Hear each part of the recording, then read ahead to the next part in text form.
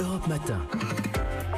7h46, 2 éditorialistes et un sujet et 7 minutes pour débattre. Bonjour Caroline Fontaine. Bonjour. Journaliste à Paris Match. Bonjour Yves Tréhard. Bonjour François, bonjour à tous. Directeur adjoint de la rédaction du Figaro. L'herbe est-elle plus verte de l'autre côté des Pyrénées? C'est la question ce matin avec les intentions que l'on prête à Manuel Valls de se présenter à la mairie de Barcelone. Les municipales auront lieu là-bas en mai prochain. Manuel Valls, ancien Premier ministre français pendant 2 ans et demi, ancien candidat à la candidature du PS pour 2017, reconverti en homme politique espagnol. C'est possible ça, Yves Tréhard? Oui, rien n'est impossible en politique, hein. Tout est évidemment envisageable. C'est curieux et c'est singulier parce que ça n'arrive pas tous les jours. Je connais assez peu d'hommes politiques ou de femmes politiques qui ont eu un destin dans un autre pays. Il n'y a pas tellement de précédents. Il n'y a pas tellement de précédents. Bon, il y a eu en Amérique latine, on a vu des présidents de la République d'origine asiatique. Enfin bon, voilà. Donc c'est assez rare. Ce qu'il faut dire, c'est que Manuel Valls a une certaine légitimité à le faire puisqu'il est catalan, espagnol et catalan. Il est né à Barcelone. Il a obtenu la nationalité française qu'à l'âge de 18 ans, je crois, alors qu'il vivait en France. Ses parents sont catalans aussi. Son père était un artiste assez connu sur place. Bon, après, il y a beaucoup de questions qui se posent. Est-ce qu'il est populaire en Catalogne, alors qu'il a pris position de façon assez virulente contre l'indépendance de la Catalogne? Et puis deuxièmement, ses ambitions à lui. Est-ce que il est dégoûté de la France ou malgré tout, il a été renvoyé à ses chères études, hein. Il a perdu l'élection primaire pour la candidature du Parti socialiste à la présidentielle. Voilà, est-ce qu'il va voir justement si l'herbe est le plus verte, si sa popularité est supérieure de l'autre côté des Pyrénées? Caroline Fontaine, ça veut dire que Manuel Valls ne croit plus en ses chances nationales en France? Alors c'est peut-être une façon de rebondir. C'est vrai que l'herbe est probablement plus verte de l'autre côté des Pyrénées parce qu'elle est vraiment très grise en ce moment pour lui en France. Et on le sent un peu. Il est juste député aujourd'hui. Il est juste député, rattaché de justesse. Alors il a fallu recompter presque à la voix près, hein, et il est rattaché à La République en Marche.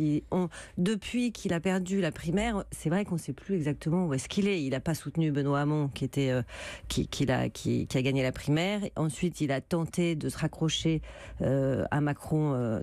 Dont il était, on se souvient que Macron et Valls ont quand même alimenté la chronique politique pendant des années du temps du C'était un peu les deux rivaux pour succéder à François Hollande. Oui, c'était les deux rivaux, les deux jeunes entre guillemets, modernes entre guillemets, etc. Donc là, en ce moment, Manuel Valls, il n'a pas retrouvé une place. Ça doit être quand même très difficile de passer Premier ministre à plus rien.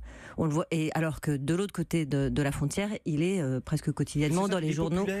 En Catalogne, en Espagne. Lui, il a tout misé. Enfin, on est venu le chercher parce qu'il prenait position contre l'indépendance. C'est vraiment un pourfendeur de l'indépendance. Les partis pro-européens de Catalogne sont venus le chercher. Exactement. Donc populaire. En tout cas, les gens savent qui il est. Il a sa sœur qui habite toujours là-bas. Son grand-père avait fondé un journal catalan. Il a même enseigné la langue catalane, je crois, sous le franquisme, de manière clandestine. Il a une histoire. Il y a, lui, jamais vécu. C'est ce qu'on lui reproche. Il connaît pas du tout la ville. Hein. Justement, Yves Tréhard, est-ce que ça fait pas un peu parachutage? Oui et non, puisque néanmoins il a quand même des attaches. Depuis quelques dizaines d'années, il est en France. Oui, alors non, bien sûr, mais en France, si vous voulez, il s'est fait piquer le job. Pour vous dire la vérité, Macron et Valls, c'était des profils à peu près comparables. Macron a réalisé ce que Valls a toujours rêvé de faire, c'est-à-dire la victoire d'une certaine façon de ce que Mitterrand, vous savez, appelait la deuxième gauche. C'est-à-dire une gauche démarxisée, économiquement réaliste, tout ça. Il s'est fait piquer le job. Alors, de l'autre côté des Pyrénées, il a stratégiquement une chance.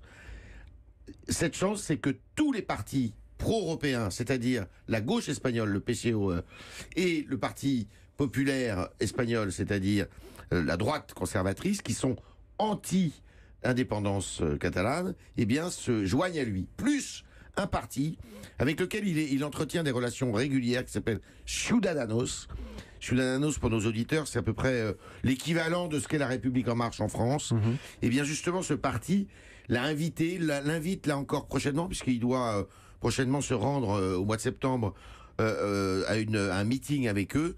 On va voir si cette union, je dirais, des anti-indépendantistes peut se faire derrière lui. C'est ce qu'il espère. D'ailleurs, il nous donnera sa réponse fin septembre. Oui. Si fin septembre, il voit à travers les sondages, à travers eh bien justement le comportement de tel ou tel parti, que on lui met des bâtons dans les roues et que c'est pas possible, qu'il est très loin, eh bien il pourra, il renoncera certainement. Ce qui est sûr, c'est qu'il y a quelques éditorialistes et quelques figures de la vie politique catalane qui disent aujourd'hui qu'il a des chances de pouvoir être maire de Barcelone s'il se présente. Une autre question que ça pose, c'est est-ce qu'il a un talent pour faire campagne ou pas, Manuel Valls, puisque certains, mauvaise langue en France, disent que toutes les élections qu'il a gagnées étaient imperdables, Caroline Fontaine. Alors c'est vrai il a toujours été dans des endroits qui à l'époque étaient vraiment des coins socialistes. Mais donc on verra. Son problème à Manuel Valls depuis toujours, c'est que c'est un homme seul. Il sait pas du tout agréger les gens. Il a très peu il a quelques lieutenants, mais il a pas de troupes. Il en a jamais eu. Alors est-ce qu'il arrivera de l'autre côté quand même sur des ça sera une élection municipale. Alors lui, il va essayer de la mettre sur l'indépendance. Mais s'il s'agit de parler de Barcelone, il va être un peu embêté quand même. Il faut un programme pour la propreté des rues, pour les transports, pour l'éducation. Voilà. Il est né à Barcelone parce que sa mère a tenu à ce qu'il naisse à Barcelone. Ils habitaient déjà en France. C'est quand même un pays et d'ailleurs le porte-parole du Parti socialiste espagnol a déclaré il y a peu, ça fait longtemps que Manuel Valls n'est plus espagnol. Je pense que son atterrissage peut être compliqué. Mais maintenant, peut-être que l'atterrissage à Barcelone n'est là que pour lui donner une tribune ou pour qu'il se sente un peu vivant, qu'il revienne dans l'actualité. Parce que de fait, là, on parle de lui. Un retour en France serait-il possible ensuite, Yves Tréhard? Non, parce que là, pourquoi pas, tout est possible, des allers-retours, mais s'il gagne à Barcelone, il sera maire de Barcelone, et puis on verra. Il peut faire parler, s'il perd à Barcelone, il peut, et s'il ne se présente pas, il peut faire parler de lui en France. C'est relié tout à fait au thème qu'on avait de notre discussion d'hier, à celui de la laïcité. Parce que s'il y a quelqu'un qui est vraiment un chantre de la laïcité et qui est quand même dans une situation un peu compliquée de ce point de vue, d'ailleurs, ils n'ont pas une convergence de vues certaine avec Macron, eh bien, c'est Manuel Valls, qui énerve d'ailleurs beaucoup d'élus et de députés de La République En Marche sur ce sujet-là, parce que il le considère comme un laïcard vraiment trop affirmé, quoi. Bon, on verra en septembre si Manuel Valls se présente ou pas à Barcelone. Merci Yves Tréhard du Figaro. Merci Caroline Fontaine de Paris Match. Et bonne journée et à demain.